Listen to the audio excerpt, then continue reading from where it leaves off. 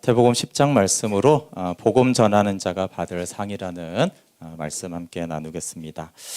네, 지난 2주 동안 구원받는 믿음에 대해서 좀 나누었습니다.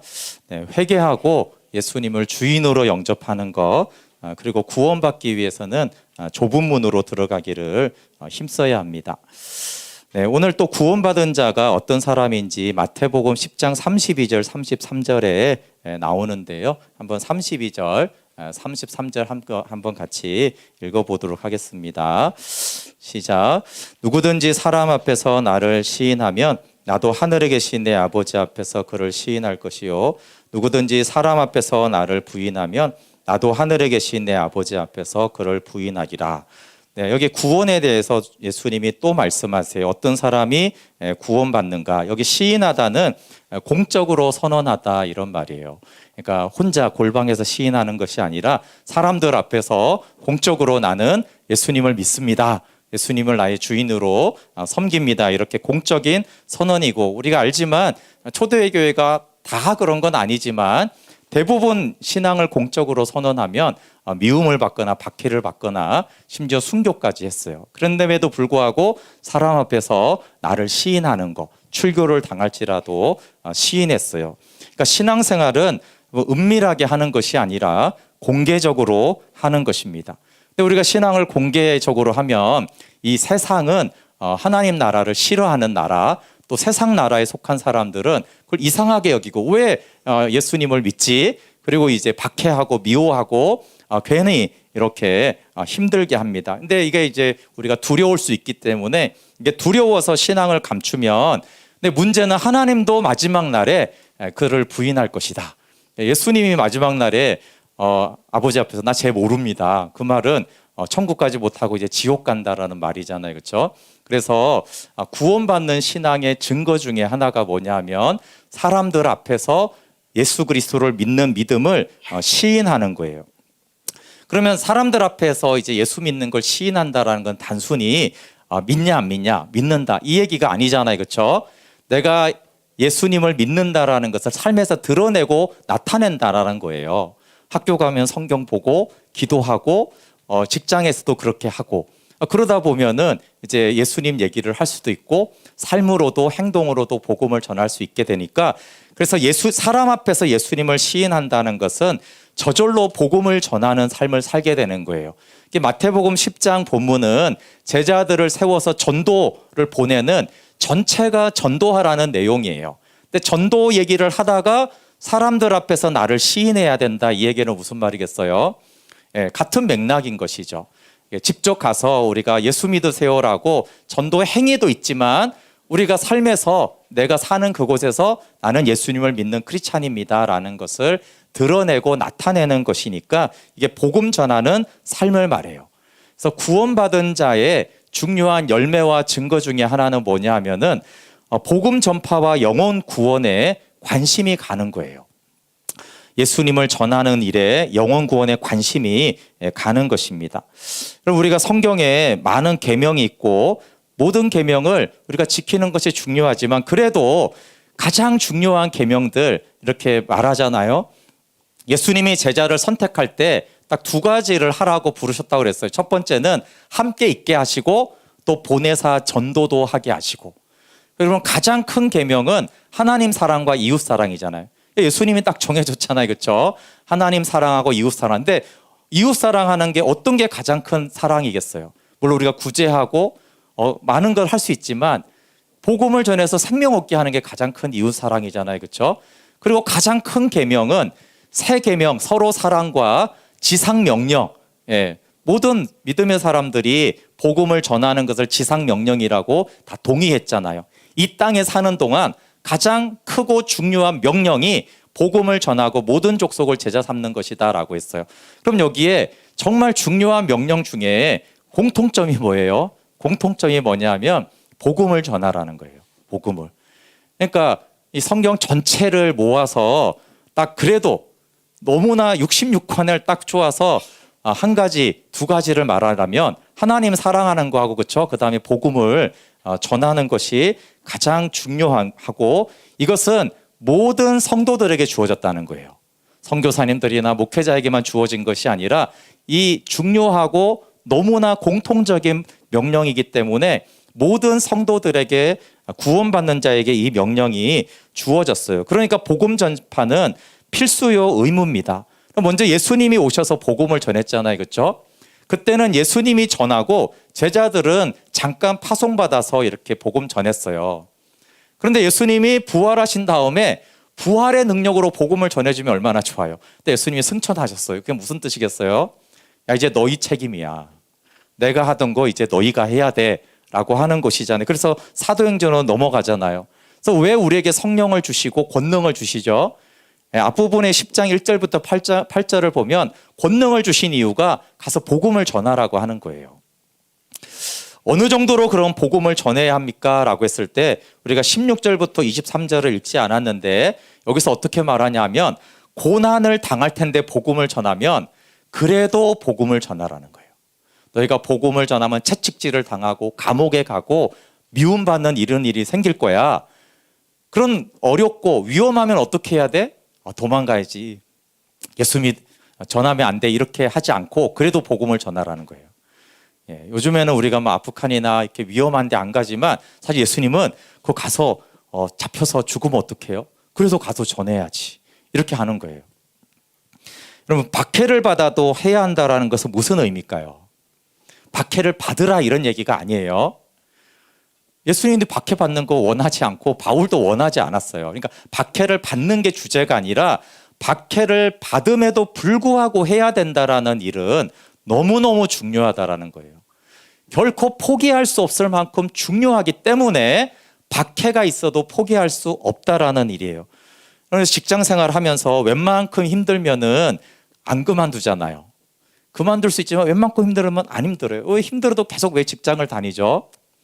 중요하니까 그런 거예요. 중요하니까. 학교 힘들다고 금방 그만두지 않잖아요. 왜 그래요? 학교가 중요해서 그래요.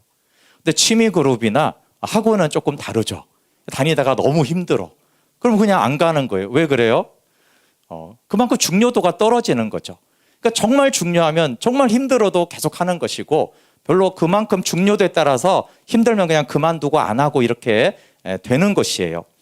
힘들어도 계속 신앙생활을 하고 교회를 다니는 사람이 있고 힘들면 교회 안 다니고 떠나는 사람이 있어요. 왜 그러냐면 그것이 그 교회에 대한 하나님의 교회와 또 그 교회에 대한 중요도가 달라서 그래요. 정말 중요하게 여기는 것은 힘들다고 해서 포기하는 것이 아닙니다. 그러면서 예수님이 한 가지가 뭐냐 하면 오늘 읽었잖아요. 갑자기 막 자기 집안 식구가 원수다. 뭐 아버지와 어머니를 사랑하는 자는 나보다 합당하지 않다. 도대체 이해할 수 없는 이 본문이 있는 것은 그런데 예수님 복음을 전하는데 가족이 반대하면 어떻게 하느냐 이 얘기예요. 이 문맥의 내용은. 그러니까 갑자기 그냥 가만히 있는데 가족들이 원수야 이러는 게 아니라 그러니까 복음을 전하는데 가족들이 반대하면 어떻게 해야 돼요? 가서 전해야지.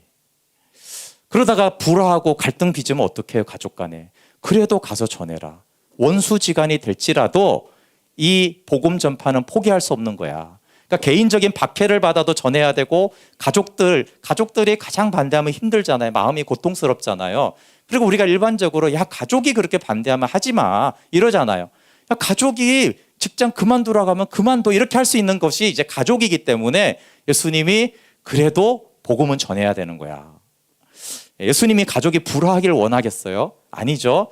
우선순위를 말하는 거예요. 우선순위. 너무나 중요한 거예요. 그래서 우리가 학교와 직장이 필수라면은 복음 전파는 더 필수라는 거예요. 왜 그것을 알 수 있냐면 여러분 직장 갔는데 막 채찍질 때리면 직장 계속 다니겠어요? 학교 갔더니 막 계속 채찍질을 해. 감옥에 보내고. 그러면 안 갈 거 아니에요. 그렇죠? 그런데 예수님이 뭐냐면 너희가 복음을 전하다가 채찍질을 맞거나 감옥에 가도 복음은 계속 전해야 된다라는 거예요. 그러니까 이제 더 중요한 것이죠. 그리고 예수님은 어떻게 했어요? 복음 전하기 위해서 십자가에 죽으셨어요. 예수님이 채찍질 맞으니까 이거 생각보다 너무 힘드네 포기해야겠다 이렇게 하지 않고 채찍질 맞으시고 십자가에 못 박히시고 죽으시면서까지 친히 복음을 전했어요. 여러분 지혜이신 예수님이 이 땅에 오셔서요 재벌이 되지 않았고 왕이 되지 않았고 운동선수나 아이돌이 되지 않았고 행복한 가정을 이루지 않았어요. 이런 것들이 다 쓸데없다라는 건 아니에요. 근데 왜 예수님이 오셔서 이런 걸 안 했을까요? 예수님은 하나님 나라 복음을 전하러 나눠 왔다고 하시고 하나님 나라 복음을 전하는 데만 집중했어요. 그것은 인간의 삶이 필요 없다는 게 아니라 가장 우선순위, 가장 중요한 거, 지혜이신 그분이 와서 내가 딱 한 가지를 했는데 얘들아 그러면 이게 가장 중요한 거 아니겠어? 이 말이죠. 예수님이 잘 먹고 잘 살고 돈 벌고 왕이 되고 행복한 가정을 이루는 것이 그게 가장 중요하다면 그걸 했겠죠. 그리고 나처럼 너희도 이렇게 살아라 했겠지만 예수님은 그걸 하지 않았어요. 복음이 가장 중요하고 영원한 일인 것을 알았기 때문이죠. 다른 것 중요한데 다른 것은 영원하지가 않아요. 복음을 전하는 것은 근데 영원하고 우리가 천국에 가서 영원히 받을 상급은 이 땅에서 하는 것이 아니라 복음을 전하는 것이 상급이기 때문에 그렇습니다. 그런데 우리는 복음 전파를 잘 알지만 꼭 해야 되는 건 아니다라고 생각을 많이 해요. 그래, 복음 전하는 거 중요하지만 선택의 문제지. 전할 사람 전하고 안전한 사람은 안전해도 뭐 되는 거지라고 그러니까 선택이라고 하지 않습니까? 여러분 예수님이 이렇게 지상명령으로 가장 큰 계명으로 명령이라고 해도 명령을 외면하는 거예요. 근데 예수님을 주인으로 우리가 영접했으면 명령에 순종해야 되는데 종이라고 어떻게 주인의 말을 100% 순종합니까? 그렇잖아요. 우리가 사극을 봐도 종이라고 100% 모든 걸 해내지는 못해요. 근데 정말 주인이 정말 원하는 그럼 너 이거 하나는 너 꼭 해야 된다 종에게 이렇게 이제 명령했는데 그 한 가지를 안 하는 종은 거의 없잖아요. 그건 해야죠. 이것은 마치 딱 하나를 네가 한다라면 너는 복음을 전해라라고 주인이 말한 것과 같습니다. 그러면 종이 하는 거니까 사실은 무익한 종이니까 마땅히 해야 될 일인데 하나님은 이것이 너무 중요하니까 복음을 전하는 자에게 엄청난 상과 위로와 돌봄을 주겠다고 말씀하세요. 우리 29절부터 31절 한번 읽어볼게요.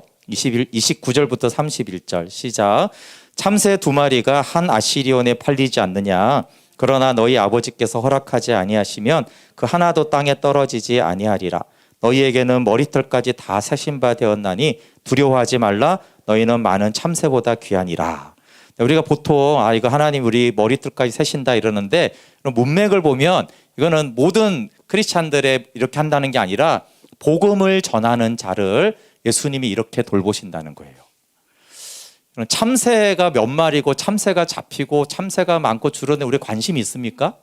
없죠. 어쩌면 참새가 있구나 이런 거예요. 그러면 오늘 아침에 혹시 머리를 감으신 분들은 머리카락이 몇 개 빠졌습니까? 혹시 아세요? 안 세잖아요. 그냥 머리카락이 빠졌구나 이렇게 해요. 누가 자기 머리카락을 셉니까? 셀 수도 없지만 셀 수 있다고 해서 세지 않아요. 그런데 머리털 숫자까지 센다라는 것은 무슨 의미겠어요?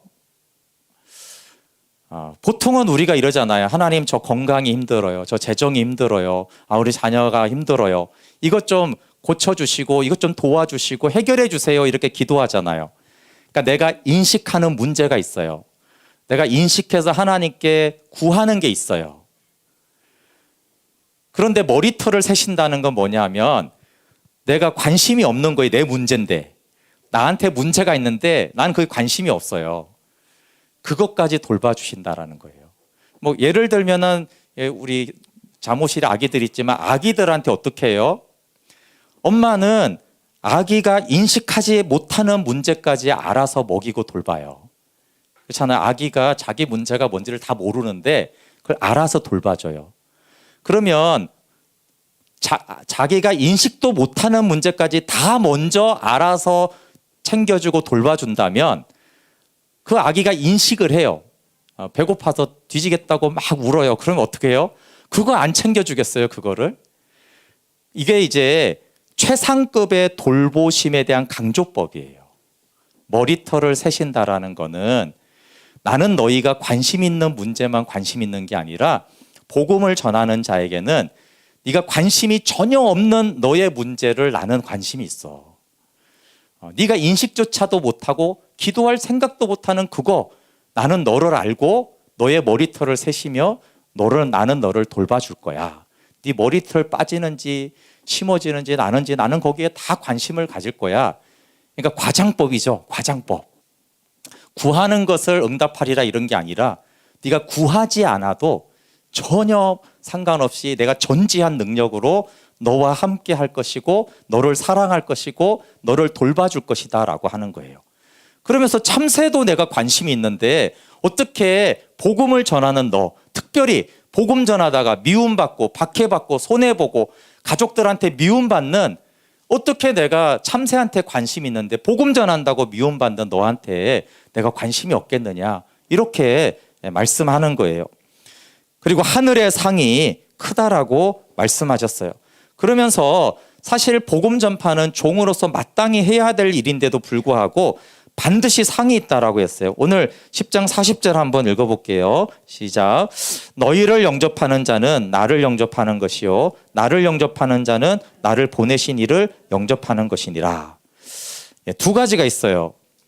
전도하는 여기 다 모든 크리스찬이 아닙니다.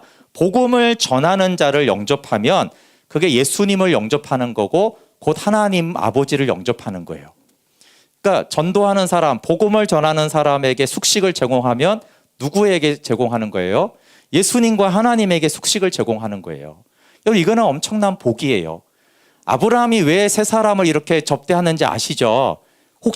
혹시 천사인가 하고 하는 거예요. 그렇죠? 그러니까 천사만 접대를 해도 송아지 잡아도 나한테 너무 복이라는 거예요.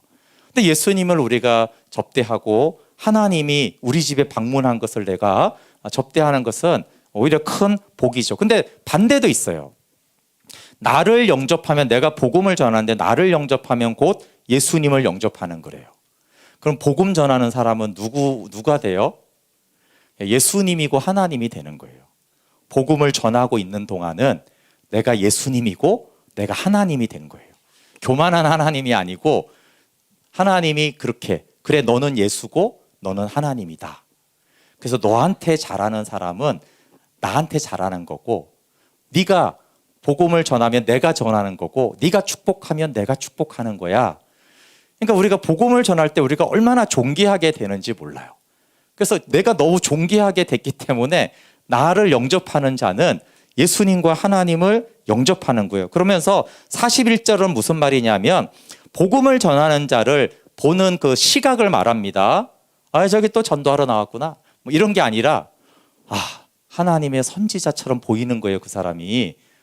복음을 전하는 분이 그게 전도든 믿는 사람에게 하는 것이든 복음을 전하는데 그냥 오늘 또 목사님이 하는 거예요. 그게 아니라 선지자처럼 보이는 거예요.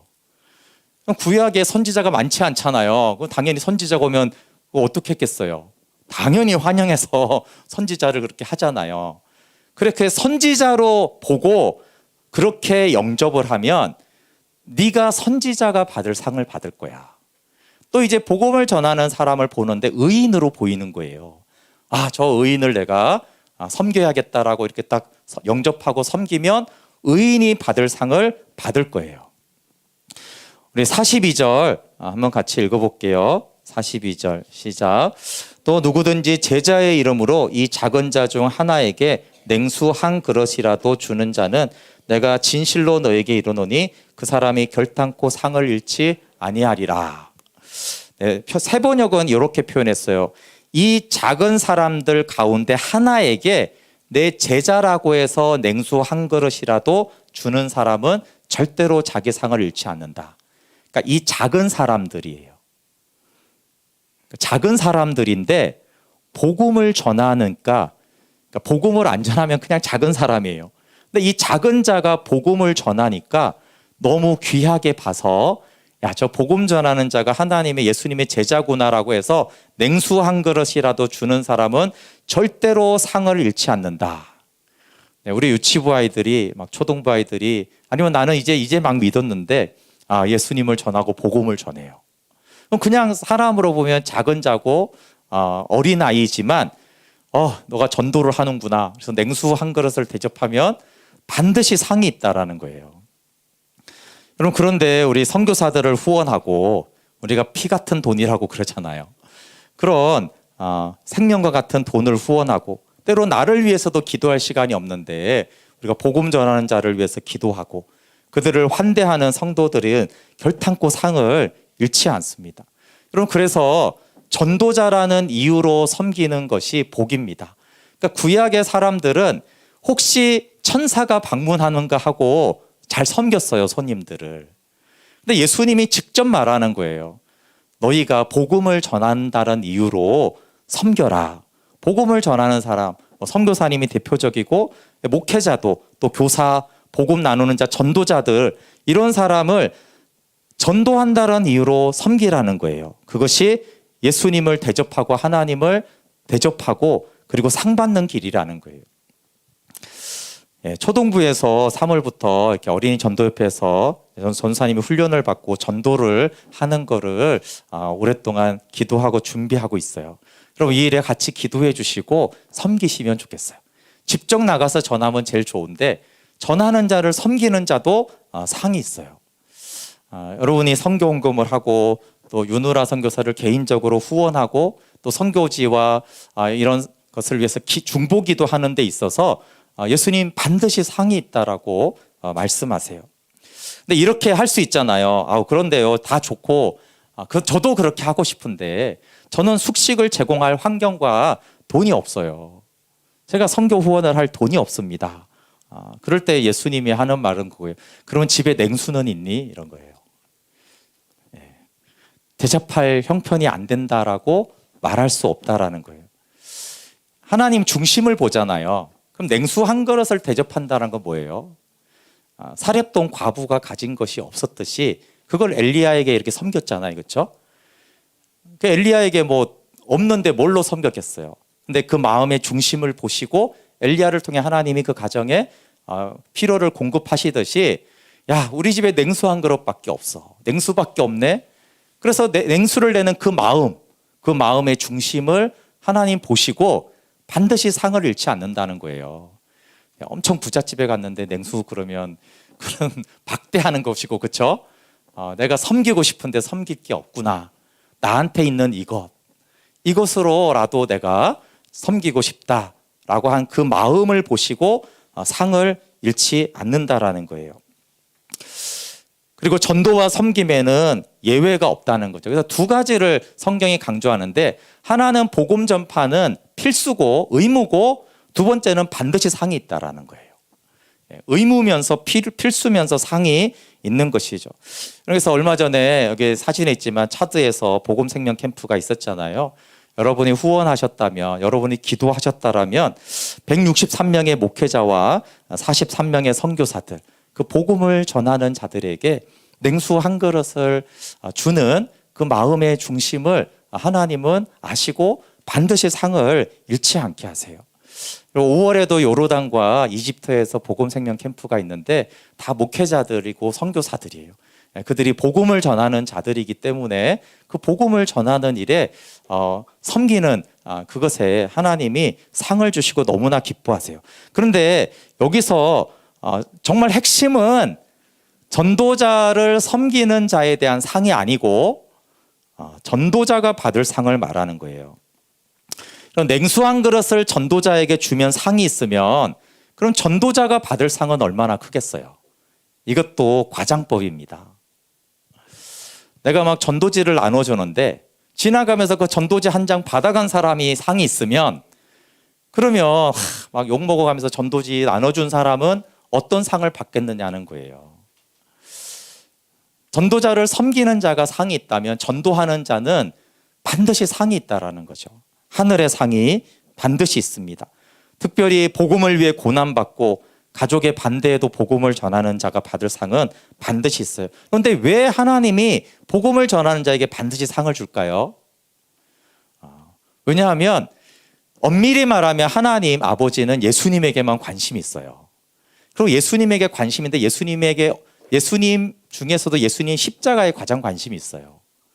근데 이 십자가를 전하고 높이고 증거하는 자가 하나님은 너무 이쁜 거예요.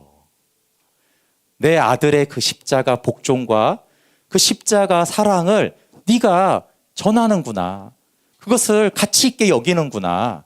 그러니까 하나님 아버지는 예수님을 전하고 예수님의 십자가를 증거하는 그 사람을 너무너무 기뻐하기 때문에 야, 넌 너무 기특하다. 그러니까 내가 반드시 너한테 상을 주겠다. 이렇게 하는 거예요. 우리가 보고 교회에서도 너무너무 기특한 애가 있으면 어떤 생각이 들어요? 야, 저거 뭐라도 사줘야 되지 않을까? 이런 생각이 들잖아요. 그리고 복음을 통해 주어지는 예수 생명이 너무나 가치가 있습니다. 그래서 정말 복음 전도자가 받는 상은 상상 초월한 상이에요. 이게 다니엘서 12장 3절에 많은 사람을 옳은 대로 돌아오게 한 자는 별과 같이 영원토록 빛나리라. 별과 같이 빛나는 것도 중요한데 영원토록 빛난대요. 하나님 나라에서도 천국에서도 영원히 빛나게 하는 사람은 옳은 데가 어디야? 하나님께로 돌아오게 하는 것이죠. 디모데후서 4장 내가 고난받으면서 박해받으면서 내가 복음을 전했기 때문에 나에게는 의의 면류관이 준비되어 있다라는 거예요. 그러니까 죽음이 두렵지 않죠. 야, 거기 너무 가고 싶어. 그렇게 그 나라를 더 소망하게 되는 거예요. 마태복음 5장 11절 12절에는 나로 말미암아 너희를 욕하고 박해하고 거짓으로 너희를 거슬러 모든 악한 말을 할 때에는 너희에게 복이 있나니 기뻐하고 즐거워하라. 하늘에서 너희의 상이 큼이라. 너희 전에 있던 선지자들도 이같이 박해하였느니라. 이 말은 참 사실 어려운 말입니다. 우리가 그냥 문자로 읽으면 쉽지만 전철 안에서 이렇게 했는데 누가 나한테 막 욕해봐요. 얼마나 기분 나빠요. 그렇죠? 막 욕하고 막 거짓말로 교회에서 막 모함해가지고 안 한 걸 했다고 막 그렇게 하는 그 말들은 얼마나 기분 나빠요. 더구나 박해를 하면 얼마나 기뻐요. 어떻게 욕먹고 모함받고 박해받는데 기뻐할 수가 있어요. 이것도 의미를 말하는 거예요. 감정적으로 기뻐해라 이런 게 아니에요. 누가 욕먹고 있는데 감정이 기쁘겠어요. 그게 아니라 하늘의 상을 생각해 보라는 거예요. 하늘의 상이 너무너무나 크기 때문에 전도하면서 이 받는 어려움을 기뻐하라는 거예요. 그러니까 내가 일을 하는데 이 일이 너무 힘들어. 근데 이 일을 하면 10억을 준대. 3시간만 하면. 그럼 어떡하는 거예요? 이 3시간 자체는 힘든데 기뻐하는 거예요. 힘들지만 곧 10억 온다. 이러면서. 그러니까 이 자체는 힘든 거예요. 그러니까 상이 있으니까 3시간 그거 알바하는 거 기뻐해. 10억 준대잖아. 이런 말이에요. 그러니까 하늘의 상이 얼마나 크면은 예수님이 예수님 욕먹어 봤잖아요. 침뱉어 봤기 때문에 예수님 욕먹는 게 뭔지 아세요. 기분 나쁘죠. 그런데 하늘의 상이 너무 크니까 기뻐하라는 거예요. 그러면 하나님이 전도자에게 주는 상이 얼마나 크냐라는 거예요. 여러분, 이 요약을 하면은 지상명령과 가장 큰 계명이면서 동시에 가장 큰 상이 있어요. 지상명령이면서 가장 큰 계명이면서 복음 전파는 반드시 상이 있습니다. 그러면서 10장에서 쭉 얘기하다가 사실 복음을 전하라는 내용인데 지금 거의 40절까지가 복음을 전하라는 거예요. 근데 40절에 와서 이제 뭐라고 하냐면 그런 데 있잖아. 혹시 복음을 못 전할 상황이면 믿음이 부족하든 기질적이든 너무 수줍음이 많든 시간과 재정이 만약에 안 된다면 그러면 복음 전하는 자를 영접하라는 거예요. 내가 복음을 전해야 되는데 이게 주 메시지입니다. 근데 혹시 복음을 못 전하면 복음 전한 자를 도와줘. 그를 위해 기도해주고 후원해주고 영접해주고 식사 대접하고 그렇게 하라는 거예요. 그러니까 하나님 얼마나 인자하세요. 그럼 이 뒤에 선지자를 복음 전자를 영접하라가 없고 박해받아도 채찍질 맞아도 감옥 가도 가족과 갈등해도 복음을 전하라 이렇게 딱 끝냈으면 많이 부담되잖아요. 명령이니까 맞지만 부담되죠. 근데 그렇게 할 수 없으면 그럼 전하는 자를 도와줘. 그들을 위해 섬겨줘. 이렇게 말하는 거예요. 그러면 복음 전하는 자의 교회 생활은 어떻겠어요? 전도한다라는 것은 어떤 의미가 있냐 하면은 섬김을 받을 것인가 섬길 것인가를 결정하는 기준입니다. 섬김을 받고 싶은 사람은 복음 전하지 않습니다. 전도하지 않아요. 근데 섬기는 사람은 복음을 전하고 싶은 마음이 있고 복음 전하는 거나 선교에 관심이 생겨요. 그래서 교회 생활이 달라지는 지점이 전도에 대한 태도하고 많이 관계가 있어요. 그럼 교회를 정할 때 생명 얻게 하는 복음을 전하는 교회를 다녀야 돼요. 왜냐하면 일단 구원받고 생명을 얻어야 되잖아요. 그리고 전도를 할 때도 바른 복음을 전해야 되니까 바른 복음은 굉장히 중요합니다. 그런데 우리가 교회를 대할 때나 여러분이 교회를 대할 때나 또 교회를 찾을 때 사람들이 어떻게 교회를 찾냐 하면요. 좋은 교회를 찾아요. 안타깝게도 좋은 교회를 세우려고 교회를 찾는 사람이 많지가 않아요. 근데 좋은 교회를 세워가고 싶다. 그래서 나는 교회를 찾고 교회를 다니겠다. 예를 들어 그게 뭐냐면 교회 안에 전도를 말하는 거죠. 교회 안에서 복음 전파를 하는 거예요. 내가 어느 교회를 가야지 복음을 잘 전할 수 있을까? 이 관심을 가지고 교회를 찾는 한국 성도들이 얼마나 되겠어요? 대부분은 물론 복음은 당연히 있어야 되고 가서 내가 환영받고 사랑받고 인정받고 교제받고 복음 받고 다 받기를 기대하고 교회를 찾는 거예요. 상이 없잖아요. 그렇죠? 좋은 교회를 원하는 사람은 많은데 좋은 교회를 세우려는 자가 별로 없어요. 셀을 구성하면 좋은 셀을 가기를 원해요. 교육부서가 되어지면 부모가 자녀들이 좋은 교육부서에 들어가기를 원해요. 근데 좋은 셀을 세우고 싶고 좋은 교육부서를 세우고 싶은 사람은 별로 없어요. 교회 가서 좋은 친구를 만나기를 원하고 좋은 성도를 만나기 원해요. 근데 내가 좋은 성도가 되어줘야지 이렇게 생각하는 사람, 이게 다 전도의 마음입니다. 섬김의 마음이에요. 내가 좋은 성도가 되어줘야지, 내가 친절을 베푸는 사람이 되어줘야지, 내가 먼저 가서 인사를 하고 내가 커피 한 잔 사줘야지, 이런 마음이 전도자의 마음이에요. 그러니까 전도자와 같은 상을 그가 받게 되고 하나님 머리털까지 세시면서 돌보아 주십니다. 그래서 복음을 전하라는 이 계명에 순종하는 사람은 당연히 해외든 국내든 직장이든 학교든 교회든 무언가를 하나님의 것을 전하고 나누고 예수님을 나타내는 데 관심이 있어요. 그러니까 교회 안에서 그 사람은 교회를 세우는 사람이 되어지고 밖에 나가면 복음을 전하는 거예요. 근데 교회 안에서 섬김을 받고자 하는 자는요, 밖에 나가서도 예수님 믿는다고 말 거의 안 합니다. 그 복음을 전할 생각이 별로 없어요. 그게 안의 모습이 밖의 모습이고 밖에서의 그 삶이 교회 오면 그대로 나타나는 것입니다. 그러면 몸된 교회를 세우는 것도 마찬가지예요. 몸된 교회를 세우는 게 명령이에요. 근데 형편이 안 되면 어떡하라고요? 교회를 세워가는 자를 섬기고 후원하고 영접해라. 똑같은 것이죠.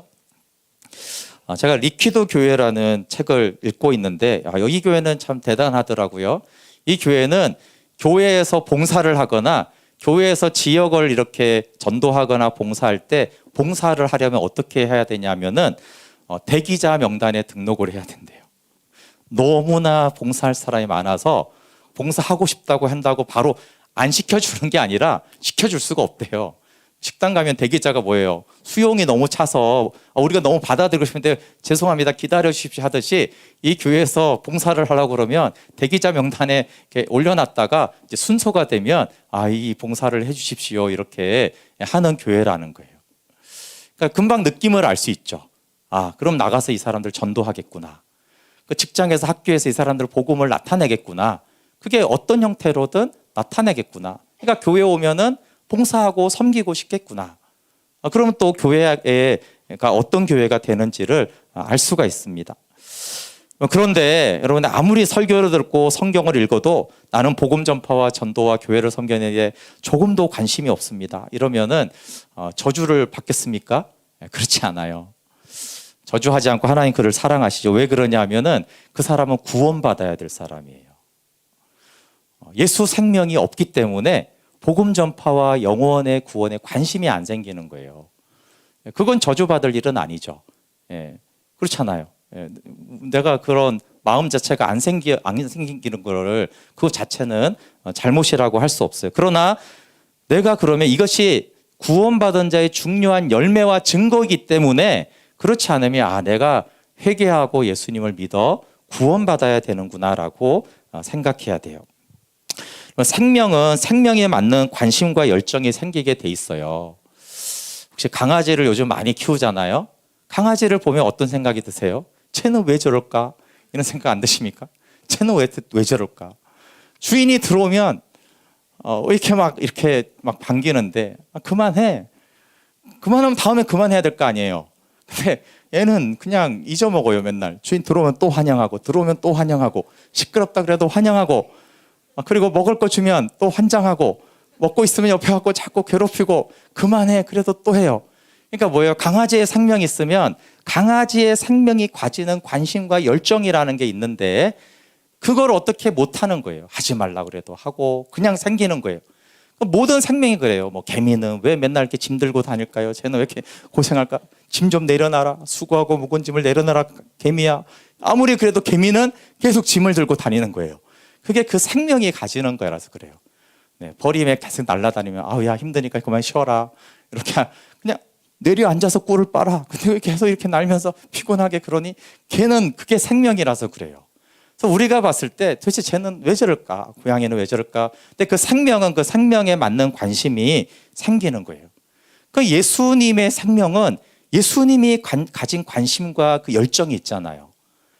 예, 어떤 것도 막지 못하는 복음 전파에 대한 열정이 예수님에게 있었잖아요. 그러니까 예수 생명이 있는 사람은 예수님이 가졌던 그 관심이 생기는 거예요. 물론 복음 전파만 아니죠. 예수님 왜 궁휼한 마음이 있었겠어요. 어려운 사람들을 보고. 그러니까 예수님이 가졌던 그 관심이 나한테도 생기는 거예요. 그런데 가장 중요한 복음 전파와 교회를 세우는 데에 대한 관심은 예수님이 가장 중요한 관심사였기 때문에 그 관심은 당연히 생기는 거죠. 사도들이 그 관심이 많았고 모든 믿음의 사람들이 그 관심이 있고 지금 선교사들이 왜 그 나가서 그렇게 하겠어요. 그 관심이 그냥 생기는 거예요. 자기 안에. 오늘 묵상 본문에도 마태복음 12장 30절에 이렇게 말씀하셨어요. 나와 함께 하지 아니하는 자는 반대하는 자요 나와 함께 모으지 아니하는 자는 해치는 자니라. 이게 두 가지를 나와 함께 해야 된다. 그리고 나와 함께 모아야 된다. 뭘 모으겠어요, 예수님이? 잃어버린 영혼들을 모으죠. 잃어버린 양들을 모으잖아요. 그러니까 영혼 구원에 함께 하지 않는 자는 나를 반대하고 해치는 자야라고 말하고 있어요. 저는 이 10장을 보면서 한 가지는 부담이었고요. 한 가지는 예수님이 정말 너무 큰 배려를 하시는구나. 막 채찍질 맞아도 복음 전해라. 가족이 원수가 돼도 복음 전해라. 사실 부담될 수 있잖아요. 그런데 여기에 두 가지가 없는데 하나는 숫자가 없고요. 하나는 성과가 없어요. 그러니까 복음을 전해야 되는데 1년에 몇 명 이상한테 전해야 된다. 우리 막 그런 거 많이 정하잖아요. 전도자 3명을 정하십시오. 막 이런 거 막 정하잖아요. 근데 사실은 예수님은 그런 거 없어요. 전혀. 그러니까 숫자가 없어요. 대부분 학교 성적 회사도 다 숫자와 주잖아요. 얼마 이상을 달성해야 되니까.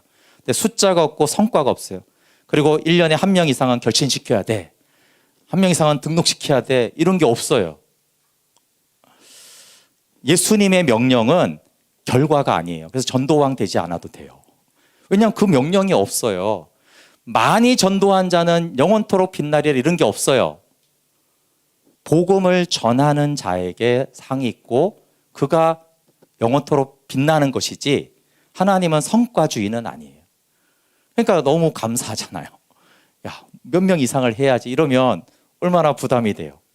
그러나 마음은 분명한 거예요. 복음을 전하는 마음 자체가 없다면 너는 나를 반대하는 자야. 생명이 없는 자야.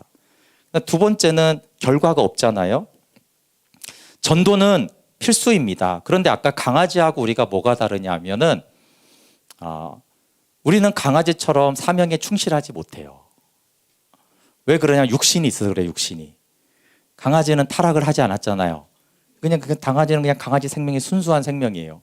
근데 인간은 타락해서 거듭나도 예수 생명이 안에 들어와도 이 육신이 있기 때문에 마음이 원이로 돼 육신이 약하도다 이런 표현들 또 내가 원함은 있으나 행함이 없다라는 것이 인간은 가능해요.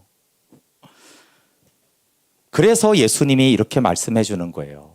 근데 네가 복음을 전하는 게 마땅한데 그게 연약하면은 복음 전하는 자를 도와줄 수 있잖아. 도와주는데도 기준이 뭐예요? 냉수 한 그릇 없어? 그러니까 마음을 계속 얘기하는 것이죠. 네, 요즘에 그 핫한 게 인공지능 챗 GPT잖아요. 들어보셨어요? 네, 제가 챗 GPT한테 물어봤어요. 전도에 대해서. 전도에 대한 조언 예화를 찾아줘라 그랬더니 99마리 양을 놔두고 한 마리의 양을 찾아오는 예수님을 대답해 줬어요. 네. 예수님이 보세요. 99마리를 놔두고 한 마리를 왜냐 그 한 마리 잃어버린 게 너무 중요하다는 의미잖아요. 그렇죠? 잃어버린 그 한 사람이 너무 예수님은 중요하다. 그게 예수 생명의 마음이다. 예, 전도자가 받을 상에 대해서 말해달라고 했더니 여러 성경 구절들을 쫙 하더니 복음을 전하는 자가 하나님께 받는 상이 매우 크다는 것을 이 성경 구절은 보여주고 복음 전파가 하나님의 뜻이라는 것을 강조합니다. 자, 기독교에서 선교가 중요한 이유를 물었더니 예수님이 모든 사람에게 선교를 명령했대요. 예, 사역자들만이 아니라 모든 성도에게 선교를 명령했다. 두 번째, 모든 인간은 죄악으로부터 구원받아야 할 필요성이 있다. 예. 믿지 않는 사람들은 영원히 지옥에 머무르게 되기 때문에 복음을 전해야 된다. 세 번째, 선교는 교회의 사명이고 또 교회는 그 자체로 선교의 대상이 되기도 한다. 그러니까 교회는 선교의 사명이고 근데 교회도 섬김을 받아야 된다는, 누군가 교회를 섬겨야 되고 교회는 선교를 해야 된다 이 말이에요. 이렇게 마지막에 이렇게 됐어요. 이러한 이유들로 인해 선교는 기독교에서 매우 중요한 역할을 수행합니다. 네. 인공지능도 알더라고요. 물론 인공지능이 사람들이 교육한 거지만 이렇게 물어봤더니 얘도 아는구나. 얘도 왜 복음을 전해야 되는지, 얘도 왜 선교가 왜 중요한지, 복음 전하면 하나님이 상을 주신다라는 것들을 알고 있구나. 우리가 그래도 아직 인공지능의 초기인데 우리가 인공지능보다는 더 잘 알아야 되지 않겠어요, 그렇죠? 인공지능도 아는 것을 우리도 알고 실행함으로. 네. 오늘 설교 제목이 전도자가 받을 상이에요. 우리가 복음 전함을 생각할 때 부담보다 하나님이 상을 주시는구나. 이것이 잃어버린 영혼을 구원할 천국 가는 기쁜 일이구나. 그런 마음이 있으면 좋겠어요. 교회 섬기고 전도하는 건 너무 부담되고 힘들어 이런 것이 아니라 예수님 숫자와 성과를 말하지 않았어요. 냉수 한 그릇이라도 주면 된다라고 했기 때문에 하나님이 정말 기뻐하는 일이고 하나님이 상을 주시는 일이고, 그렇게 했을 때 하나님도 기뻐하고 우리도 기뻐하는 그런 일이구나. 그래서 다른 상은 몰라도 예수님이 반드시 주겠다는데 이 상을 우리가 놓치면 안 되잖아요.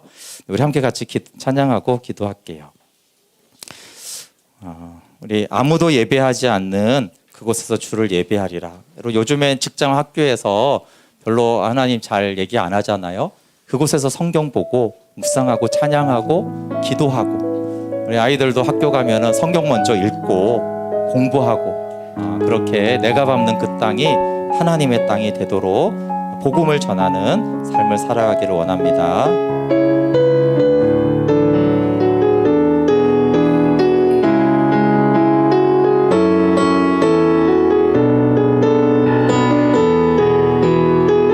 아무도 예배하지 않는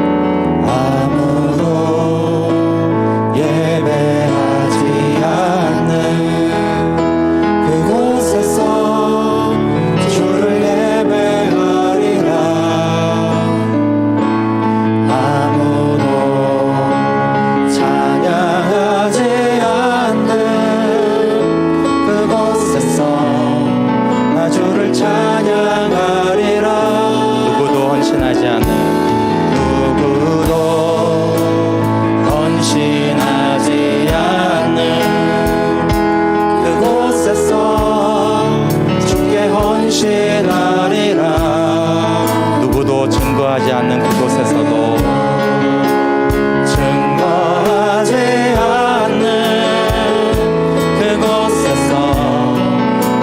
증거하리라.